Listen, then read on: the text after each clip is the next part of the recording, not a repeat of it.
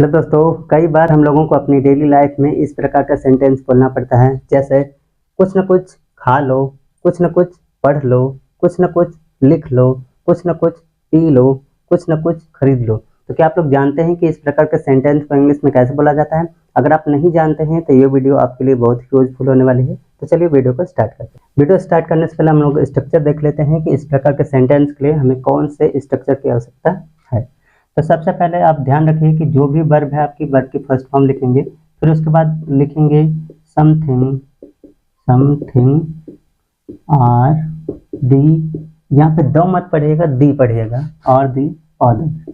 यहाँ पे other the भी पढ़ा जाता है, दी भी पढ़ा जाता है, लेकिन एक बात याद रखिए कि यहाँ पे जब भी वॉवल से स्टार्टिंग होता है, वॉवल से पढ़ा जाता है कोई भी वर्ड, तो उसके पहले द नहीं पढ़ते हैं, दी पढ़ते हैं। तो इसको पढ़ेंगे something or the other, something or the other. Sentence दिया हुआ है कुछ न कुछ खा लो। तो सबसे पहले खाने की बात हो रही है, तो खाना मतलब ईट, तो लिखेंगे ईट।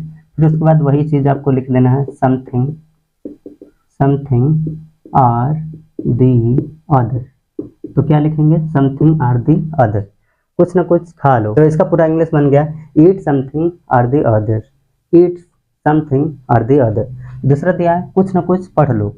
तो पढ़ने की बात हो रही है तो पढ़ने के लिए स्टडी लगाएंगे। फिर उसके बाद आपको वही लिखना है something, something or the other. तो वही आपको लिखना है समथिंग आर दी अदर। यहाँ पे द मत पढ़िएगा, दी पढ़ा जाता है। जब भी कोई वॉवल से स्टार्टिंग रहता है नेक्स्ट वाला वर्ड, तो उससे हम लोग दी पढ़ते हैं।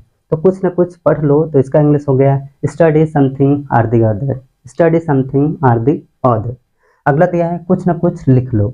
तो यहाँ पे लिखने की बात हो रही है, तो लिखने के लिए राइट लिखेंगे। फिर उसके बाद आपको वही लिखना है something, something or the other, or the other.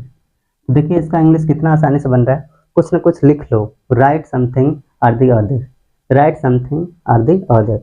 अगला दिया है कुछ न कुछ पी लो। तो पीने की बात हो रही है, तो पीने के लिए ड्रिंक, तो ड्रिंक लिखेंगे। फिर आपको वही लिखना है something, something or the other, or the other. देखिए बन गया कुछ न कुछ पी लो। इसका इंग्लिश हो गया drink something or the other, drink something or the other. अगला दिया है कुछ न कुछ खरीद लो। तो इसकी इंग्लिश क्या होगी आप लोग कमेंट करके बताना है। और साथ ही ये भी बताइए कि आपको वीडियो कैसी लगी। वीडियो अच्छी लगी हो तो लाइक और शेयर जरूर करिएगा। Thanks for watching.